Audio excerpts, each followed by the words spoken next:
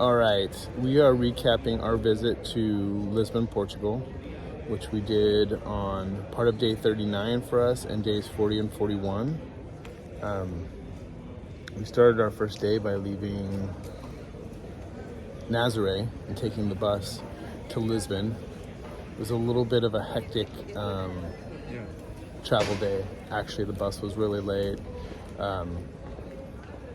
and it was hard getting around the city at first too. The subway system and the bus system is not very well marked, I would say. Very cheap, very inexpensive, very good deals, but it was not very well marked, and it wasn't very timely either. So towards the end of our trip, we started taking some Ubers and some other stuff so that we could get to certain places by certain times.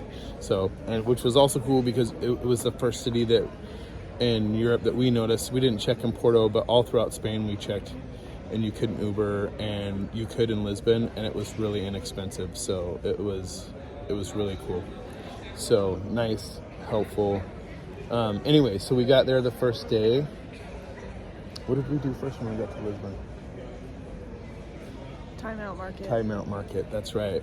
So Time Out Market is this market. I guess they've got more of them in all big cities of the world, but we went to Time Out Market, and it's got like 50 plus stalls in there, food stalls, and all kinds of food from all over Portugal and some from all over the world. But it was really cool because we could try a bunch of different things that were on my list of things to try in Portugal, and didn't have to walk all the way around the city and stuff to find some of these things. Although we found some of them later and tried them too. But yeah, that was really awesome.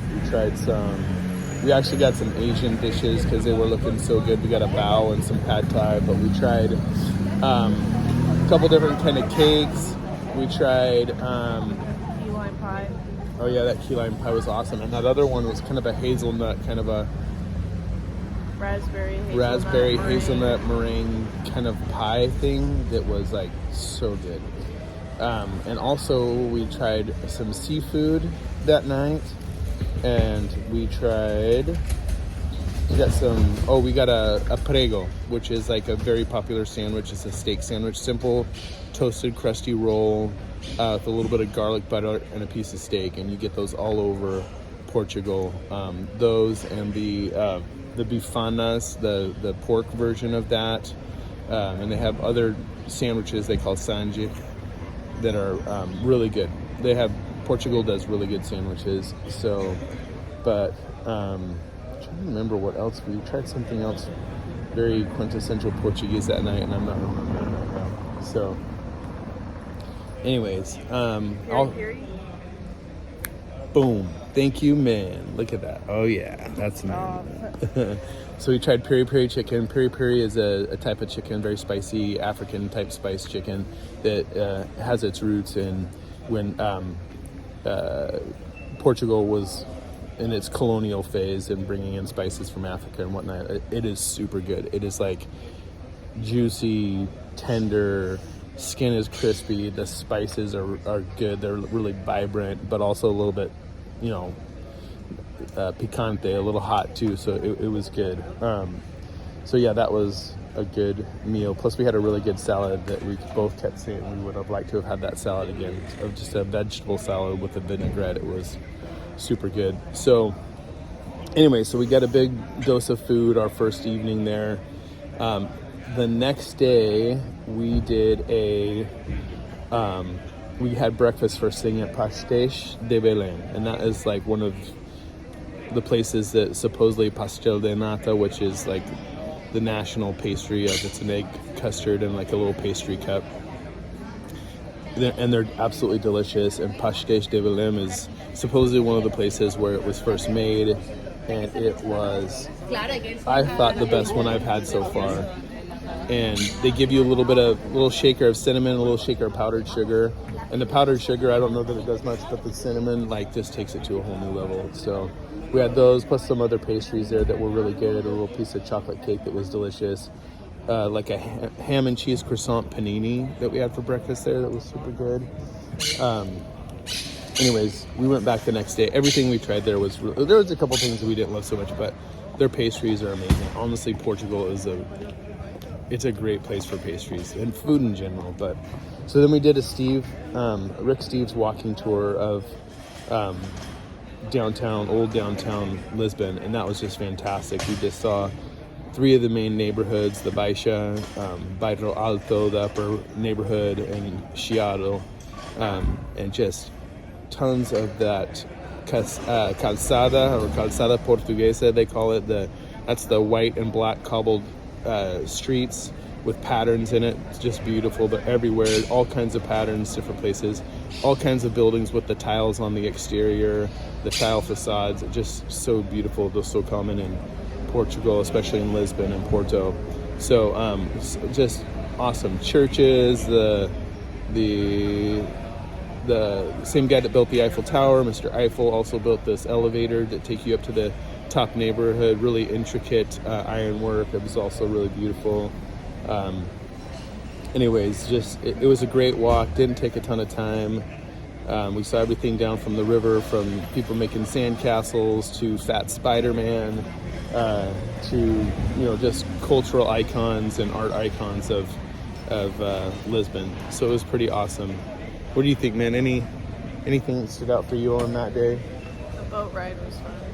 Yeah, the next day we did a boat ride, and it was we do all of Lisbon. That was really cool. So the next day we did a little bit of shopping, trying to find some gifts for the boys and stuff like that to bring home. And then we had breakfast at Pasteis de Belém again.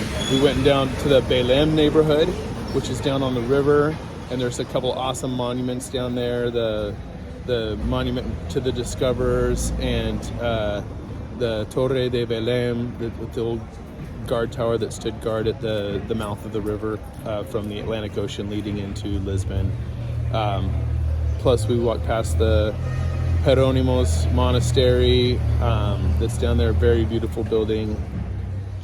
I think what else we saw down there. Then we went into town, did some shopping, and then we went over to the other side of the river. We took an Uber across the bridge to the other side of the river, past the Santuario de Jesus. There's this massive monument standing on this hill overlooking the river from the other side of Lisbon. It's kind of very reminiscent of the Cristo Redentor in Rio de Janeiro. Really beautiful.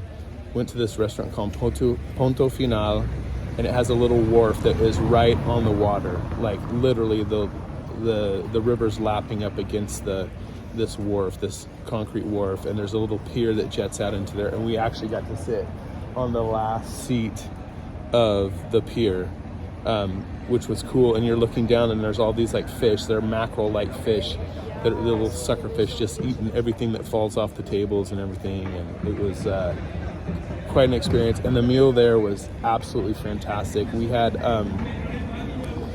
chicken blood rice was one of the things we had.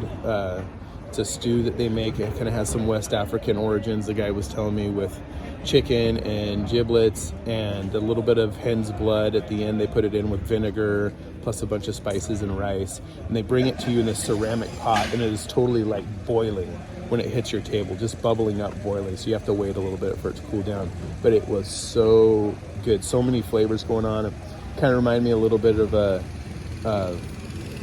chicken adobo, like a Filipino style adobo, and it was awesome. Plus we had this bean stew that they only do on Sundays. We happened to be there on a Sunday, and it's a very local specialty with beans and chorizo and cabbage and chicken and like a tomato-based sauce, and that was also delicious. Just a great meal. We had some oysters with it, with their house hot sauce and lime and fresh sea salt. It was such a good meal. It was cool, and the view was just fantastic the whole time. And then we took the water taxi back to the Belém neighborhood where our hotel was to get our stuff, which was totally fun, except for Min had a little bit of a bump on there. Do you want to show him your ear? It turned so hard in it. Can you see it? See that it was really, really bruised the other day, like black and purple, a little bit red. But it was still really fun. But Min thought she was gonna pass out for a minute there. My head so hard. And if anybody's wondering why Min's like a little bit less than lively in this one, and you're not getting the full effect of her personality, she didn't sleep very well last night, and she's super really hot tired right now. It was really hot in our Airbnb last night. That was kind of a didn't bummer. sleep at So all. every time I rolled over last night, she was on her phone looking at something. So Well, no, I was like trying to sleep. not in like, a I bad was way. actively No, trying I to know. sleep. I do the same thing. It's like if I can't sleep, I'm gonna read or something like that. Somebody So, kept coughing. I and was farting coughing, at the yeah. same time. Every time he coughed. I don't know who that could be. Anyways, Yeah, this Airbnb wasn't that great. Like Yeah. compared, just like plainness too. Because also they didn't have real pillows. Did you notice? here comes the personality. No, it just bugs because it's I know. like it Actually, was a I throw did pillow notice. Yeah, they were wrapped throw in pillows. like a really big pillowcase. I'm like, Yeah, they were too you hard couldn't and even firm. give and us a real pillow, yeah. like, and it smelled kind of like sewage in the apartment too. The I think hallway something's- leading into it they have these like these squares in the ground when you walk into buildings in Spain, and it's like there's these little squares that they'll remove so they can work on the sewage and the pipes and stuff like that. And there was 3 of them in the hall leading to our tiny little apartment. It was very tiny, and so the hall kind of had a funky smell. I thought it and smelled the nice freaking- once we and the got in, bed. but the beds, like Oh, the whenever beds you roll were- over it, they like whatever side you're on, they it, would like lifts up teeter and then totter. boom. Yeah, they were like It total was bad, so IKEA, very simple, very inexpensive type beds. But which is fine. Anyways. It was like a real pillow. so, anyways, anything else, man, from Lisbon that you love? Nothing. It was like the best food place for sure, but and it Yeah. was fun. I want to go back. For sure, on both accounts. I loved the food, not just in Lisbon, but in Portugal. I think I had the best seafood dish I've ever had in Nazaré. The arroz de camarão, the pastéis, the pastéis de nata, the egg custards are they're wonderful and delicious. Everything we tried, the bifana sandwiches, the pork sandwiches. We had 2 versions, pork steak and pulled pork of it. Both were delicious. It was just like simple food, but really good. Oh, the francesinha. How could we forget the francesinha? That was a rich, thick, heavy, That was in Porto, though. multi-layered sandwich. That was in Porto. We talked about it there. We got some pictures there, but just another piece of Portugal food. Portugal is great. Great people, great, beautiful things to see, wonderful food, really inexpensive. Such a cool place.